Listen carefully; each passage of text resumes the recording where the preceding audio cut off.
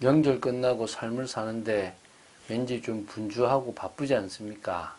사단은 우리로 하여금 어떤 의미에서는 정신 차리지 못하게 바쁘게 만들고 있을 수 있습니다. 속지 마시고 차분하게 주님을 바라보시고 또 영육 간의 간결함을 통하여 새 힘을 얻고 주님의 주시는 큰 은혜 속으로 들어가는 여러분 되시기를 주 예수 그리스도 이름으로 축원드립니다. 자, 사사기 20장 12절부터 28절 말씀을 보겠습니다. 좀 길죠? 먼저 26절부터 28절 말씀을 보고 나서 그 다음을 좀 이제 이렇게 풀어가도록 하겠습니다. 26절부터 28절 말씀까지를 합독하겠습니다. 이에 온 이스라엘 자손 모든 백성이 올라가 베델에 이르러 울며 거기서 여호와 앞에 앉아서 그 날이 저물도록 금식하고 번제와 화목제를 여호와 앞에 드리고 이스라엘 자손이 여호와께 물으니라. 그때에는 하나님의 언약궤가 거기 있고 아론의 손자인 엘르아살의 아들 비느하스가 그 앞에 모시고 섰더라. 이스라엘 자손들이 여쭈기를 우리가 다시 나아가 내 형제 베냐민 자손과 싸우리까 말리까 하니 여호와께서 이르시되 올라가라. 내일은 내가 그를 내 손에 넘겨주리라 하시는지라. 네.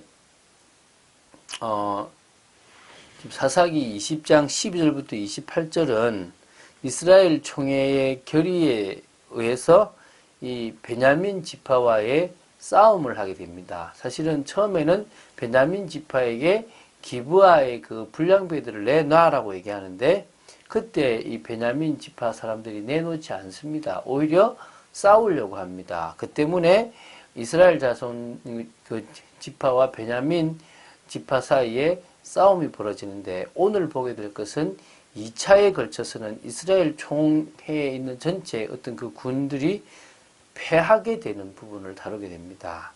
자, 한번 좀 볼 건데요. 20장 12절부터 14절을 먼저 보면요.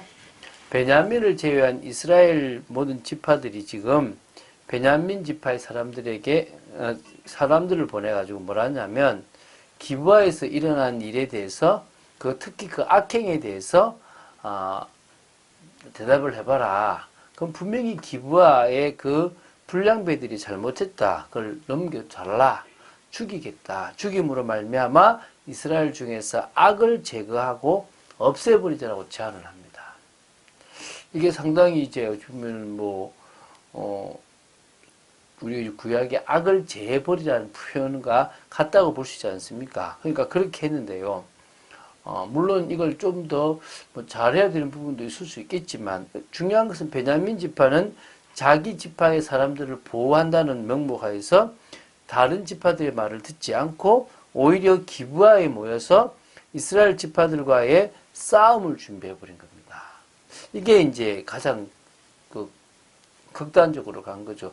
대화로 풀든지 아니면 처벌을 통해서 이스라엘 신앙 공동체를 거룩하게 하려고 해야 되는데 하나님의 말씀보다는 우리 민족, 자신들의 생각, 우리끼리라는 이익 앞에서 이게 순종하지 못하고 그냥 대항해 버린 겁니다. 아쉬운 부분이라고 볼 수 있겠죠.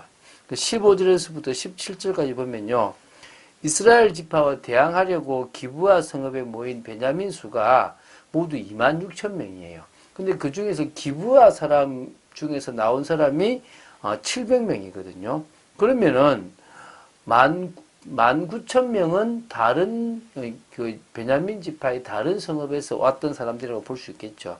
어쨌든 그렇게 26,000명이 지금 이스라엘 지파 40명하고 싸우는 겁니다. 사실 숫자적으로 말하면 40만 명이 와 있고 여기는 몇 명이라고요? 지금 26,000이니까 게임이 안 되는 거죠. 40만이 훨씬 많지 않습니까? 근데 좀 특징이 하나 있습니다. 베냐민 그 지파에는요, 왼손잡이가 있어요. 왼손잡이로서 이렇게 물매를 던져서 조금도 틀림없이 딱 맞춰버리는 사람이 700명이. 그러면 잘 생각해보세요. 딱 저기 있는데, 마음 맞춰가지고 던져버리면, 줄 쭉 서 있으면, 제가 보면 700명을요, 동시에 죽여버릴 수 있는 거예요. 이 정도로 정말 대단한 이거 명사수가 지금 700명 있는 거예요. 오른쪽으로 칼 들고 왼쪽으로 지금 물매로 던져도 되는 거 아닙니까? 그러면 물매로 탁 던지면서 칼로 칠 수 있는 이런 사람이 몇 명요? 700명이 있는 거예요. 대단한 거죠. 그러니까 이제 지금 이제 이들과 지금 싸움을 시작하게 되는 겁니다. 자, 이때 이제 지금 이제 18절부터 22절을 볼 건데요. 18절부터 22절을 보는 이제 거기서 뭡니까? 이제 싸움이 시작되는 부분이 나옵니다. 사실 이제 지금 두 번 패하게 되는데 오늘 첫 번째 지금 싸움입니다. 이스라엘 자손들은 지금 베델로 가서 여호와께 여쭙습니다. 왜냐하면 그 베델에 누가 와 있냐면 비느하스와 언약궤가 와 있었던 겁니다. 지금 이들은 실로에 모였는데 지금 이들은 지금 베델에 지금 와 있는데 기브하고 그 싸우기 좋은 것은 실로가 아니라 어디냐면 베델이거든요. 그래서 베델에 가서 전체가 다 모인 겁니다. 거기에 누구도 갔냐면 비느하스와 이 언약궤도 같이 간 겁니다. 이제 거기서 이제 뭐냐면 하나님께 여쭙기 시작한 거죠. 여쭙기 시작했는데 누가 먼저 올라가서 베냐민 자손과 싸우니까 처음에 어떻게 보면은 그 하나님 앞에 모였을 때에 그들이 흥분하지 말고 이걸 어떻게 풀어가야 됩니까? 라고 물어야 될 것인데 전쟁하자고 한 겁니다. 전쟁하자고 이미 결의하고 나서 누가 먼저 올라갈까요? 하는데 하나님은 유다가 먼저 올라가라고 합니다. 이거는 싸움에서 이기려고 하는 게 아니라 어떤 의미에서는 지금 이들의 악을 이들의 방식대로 지금 심판하시고 징계하시는 부분도 있을 수 있는데요. 여러 가지 해석이 될 수 있는데 어쨌든 하나님이 어떤 식으로 응답을 주신지 모르겠지만은 유다가 먼저 가라고 해서 아침에 기브아를 대하여 진을 치고 나간 겁니다.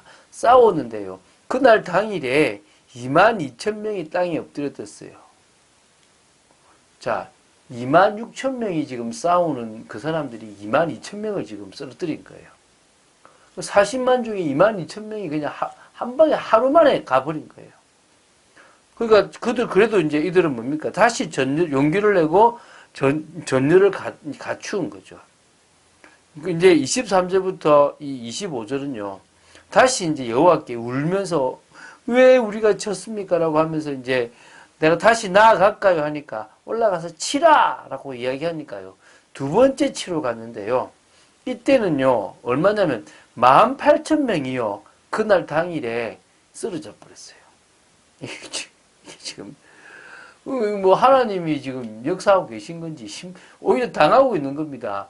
26,000명과 40만이 싸우는데 이런 지금 결과가 온 거죠. 26절부터 28절 마지막인데요.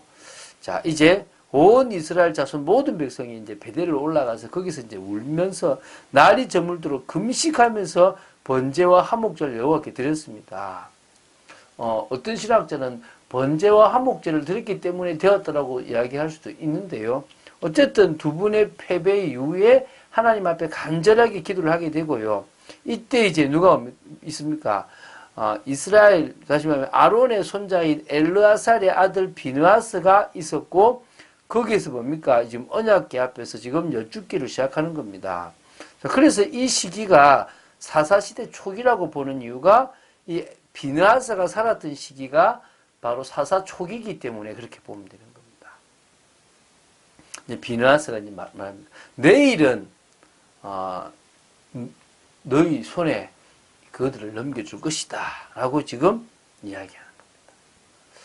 자, 사실은 이게 지금 정확하게 사실 해석할 수가 없어요. 왜 하나님이 유다가 먼저 가라 그러고 다시 치라 그랬는지, 왜 그런 패배를 하게 하셨는지, 그걸 통해서 베냐민 지파로 교만하게 만들어서 넘어지게 하려고 한 건지, 무려 지금 얼마입니까? 4만이나 되는 사람이 지금 죽었다는 거예요. 엄청나게 40만 중에 10%가 지금 죽는 이런 엄청난 일이 벌어진 거예요. 뭐 사상자니까 어쨌든 엎드려지고 그 당시 깨진 사람이 4만이나 된다는 거예요. 참 비참하죠, 그죠? 결국 이제 내일 보게 될 것이 이제 비참하게 또 반대로 베냐민 지파가 패하는 모습들이 나옵니다. 그것 때문에 또 후회해요. 어찌 보면요, 저는 그런 얘기를 많이 합니다. 지금 당장 이익이나 편한 거를 선택하면 나중에 후회할 일이 생긴다.